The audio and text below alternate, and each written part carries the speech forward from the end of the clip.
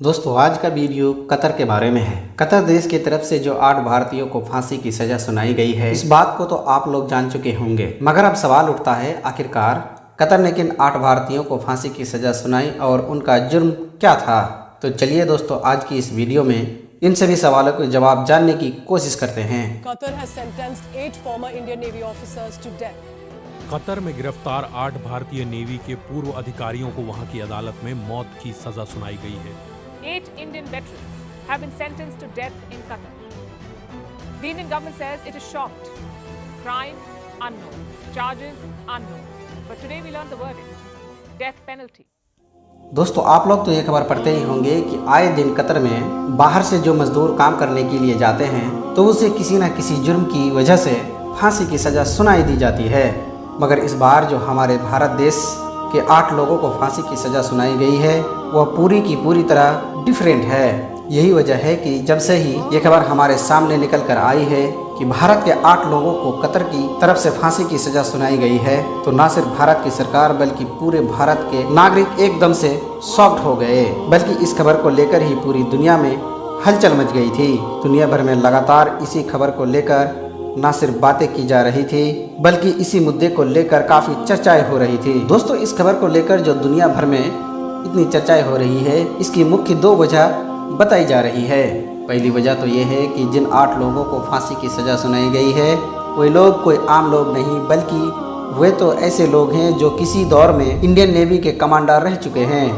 और ये कमांडर कोई आम कमांडर नहीं बल्कि हाई लेवल की कमांडरों में से थे। दोस्तों दूसरी वजह यह है कि जब कतर की कोर्ट ने उस वक्त यह फैसला सुनाया जिस वक्त पूरी दुनिया फिलिस्तीन और इजराइल की जंग में मसरूफ़ है, दुनिया भर में इसी को लेकर चर्चाएं हो रही है और इसको लेकर दुनिया पहले ही 2 ग्रुप में बटा हुआ है। अब जाहिर है जो सज़ा सुनाई गई है इसमें भी इजरायली एंगल है, इसलिए ही ये माना जा रहा है कि इजराइल और फिलिस्तीन का जो जंग चल रहा है शायद उसकी ही वजह से कतर ने यह फैसला सुनाया है। तो अब ये भी जान लेते हैं कि आखिरकार भारत के पूर्व 8 सैनिकों को जो सज़ा सुनाई गई है उसमें इजराइल का क्या एंगल है। दोस्तों आज से लगभग 14 महीना पहले अगस्त 2022 को कतर की एजेंसीज ने अलग अलग जगह छापेमारी करके इन 8 सैनिकों को अरेस्ट कर लिया था। एक लंबे वक्त तक तो किसी को ये खबर ही नहीं हुआ कि ये लोग अरेस्ट हो चुके हैं। बाद में धीरे धीरे सोशल मीडिया के जरिए ये खबर फैल गई थी कि कतर की खुफिया एजेंसी ने भारत के पूर्व 8 सैनिक जो कतर में जॉब कर रहे थे उनको अगस्त 2022 में अरेस्ट कर लिया है। उसके बाद वक्त गुजरता गया और फिर मामले पर सुनवाई करते हुए 26 अक्टूबर 2023 को उन 8 भारतीय सैनिकों को फांसी की सजा सुना दी गई। मगर यहाँ पर गौर करने वाली बात यह है कि कतर की गवर्नमेंट इसके बारे में दुनिया को खुलकर बताने से बचती रही।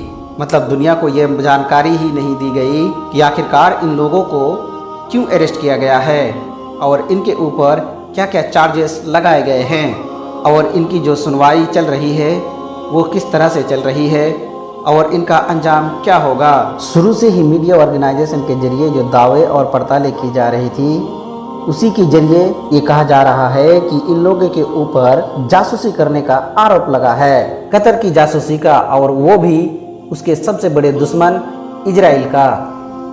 अब ये लोग किस तरह की जासूसी कर रहे थे और किस चीज़ के बारे में कर रहे थे, इन सब के बारे में जानने से पहले आप लोगों को इस बात को जानना जरूरी होगा। ये लोग जो कतर में जॉब कर रहे थे इन लोगों को भारत की गवर्नमेंट की तरफ से नहीं भेजा गया था बल्कि वे लोग तो नेवी के रिटायर कमांडर थे और ये लोग कतर में जॉब करने के लिए अपनी मर्जी से गए थे।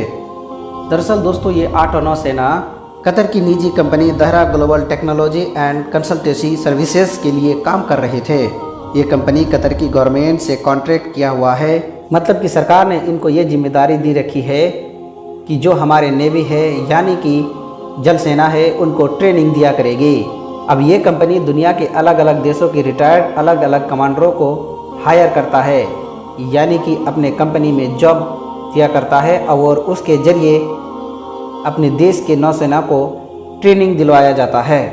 ठीक उसी तरह ये कंपनी भारत के इन 8 रिटायर्ड कमांडरों को अपने यहाँ जॉब पर रखा और ये लोग कतर की नेवी को ट्रेनिंग दिया करते थे। दोस्तों इसी बीच कतर खुफिया तौर पर एक सबमरीन प्रोजेक्ट पर काम कर रहे थे और इस प्रोजेक्ट से रिलेटेड इटली से कतर की एक बड़ी डील हुई थी। दोस्तों, जैसा कि मैंने आपको शुरू में ही बता दिया था कि कतर की एजेंसी ने इन लोगों को किस बात के लिए अरेस्ट किया था और इन लोगों के ऊपर कौन कौन सी चार्जेस लगाया गया है जिसके जरिए उनको फांसी की सज़ा सुनाई गई है।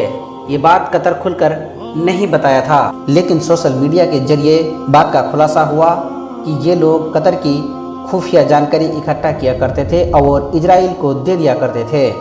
बाद में जब कतर की खुफिया एजेंसीज की नज़र इन लोगों के ऊपर पड़ी तो इन लोगों को फौरन अरेस्ट कर लिया गया। हालांकि दोस्तों, पिछले साल जब इन लोगों को अरेस्ट किया गया था तो उसके साथ साथ उस कंपनी के मालिक को भी अरेस्ट कर लिया गया था जिस कंपनी में ये लोग काम कर रहे थे। लेकिन कंपनी के मालिक को कुछ महीने के बाद जमानत मिल गई और उसे छोड़ दिया गया।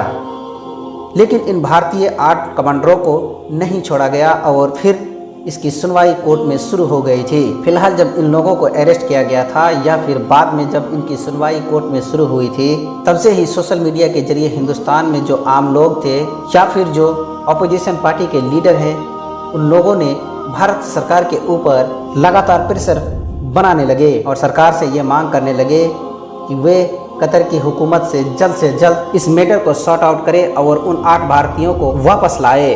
दूसरी तरफ भारत सरकार की तरफ से लोगों को ये भरोसा दिया गया था कि हम जल्द से जल्द इस मैटर को क्लियर कर लेंगे। लोगों को लगने लगा कि हमारी सरकार कोई ना कोई हल जरूर निकाल लेंगे।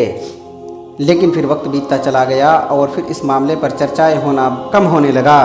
मगर फिर कतर ने अचानक से एक ऐसा फैसला लिया जिससे पूरी दुनिया को, बल्कि स्पेशली इंडिया को हैरान कर दिया और उन 8 लोगों को फांसी की सज़ा सुना दी। आपको जानकर शायद हैरानी होगी, बहुत सारी मीडिया रिपोर्ट के मुताबिक भारत के आम लोग ही नहीं बल्कि भारत सरकार इस फैसलों को देखकर हैरान रह गए कि अचानक से कतर ने इतना बड़ा फैसला क्यों लिया।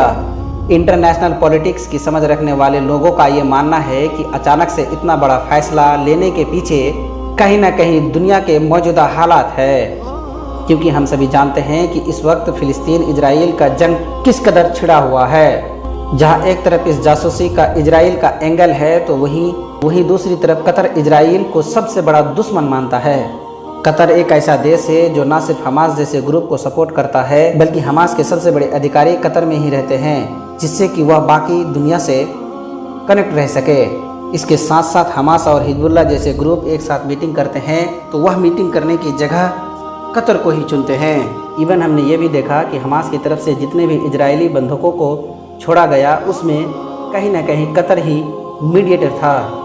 इससे आप लोग समझ सकते हैं कि कतर और हमास का या कतर और फिलिस्तीन का क्या रिश्ता है और कतर इजराइल का किस लेवल तक दुश्मनी है।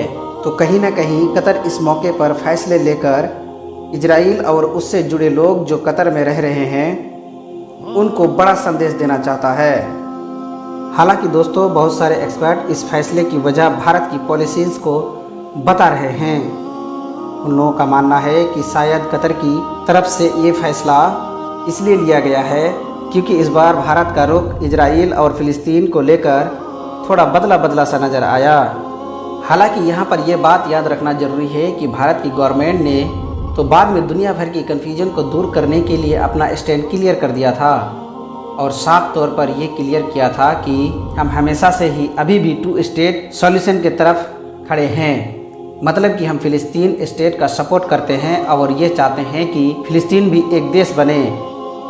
मगर इस बात को नहीं झुटलाया जा सकता कि इस बार की फिलिस्तीन इजराइल के जंग में भारत के लोग काफ़ी चर्चाओं में रहे। हर तरफ इसी बात को लेकर चर्चाएं हो रही है कि आखिरकार इजराइल को भारत से इतना ज्यादा सपोर्ट क्यों मिल रहा है, क्योंकि सोशल मीडिया पर इजराइल को सबसे ज्यादा सपोर्ट भारत से ही मिला था। इतना ज्यादा सपोर्ट कि इजराइल के लोग भी इस चीज को देखकर हैरान थे और बार बार अलग अलग तरह से भारत के सपोर्ट के लिए शुक्रिया अदा कर रहे थे। इवन फिलिस्तीन इजराइल के इस जंग के शुरू होने के बाद इजराइल के सपोर्ट और फिलिस्तीन के खिलाफ सबसे ज़्यादा मिस इन्फॉर्मेशन, यूँ कह लीजिए कि सबसे ज़्यादा फेक न्यूज भारत से ही फैली थी। मगर दोस्तों, ये भी सिर्फ एक ओपिनियन है, वरना अचानक से कतर की तरफ से दिए गए इस फैसले के पीछे मेन वजह क्या है ये तो अभी तक क्लियर नहीं हो सका है। साथ ही साथ इन लोगों के ऊपर किस तरह के चार्जेस लगाए गए हैं और वे चार्जेस साबित हो सका है या नहीं, ये भी हम लोगों के सामने नहीं आया है, क्योंकि कतर के कोर्ट या कतर के गवर्नमेंट के तरफ से इस बात को खुलकर या कागजी तौर पर खुलासा नहीं किया गया है और ये सब कुछ सोशल मीडिया के हवाले से बताया गया है। दोस्तों, इससे रिलेटेड कोई भी ऑफिशियल खबर सामने निकल कर आती है तो आपको अपडेट दे दिया जाएगा। आज की वीडियो में बस इतना ही। मिलते हैं अगले वीडियो में किसी नए टॉपिक के साथ। तब तक के लिए शुक्रिया।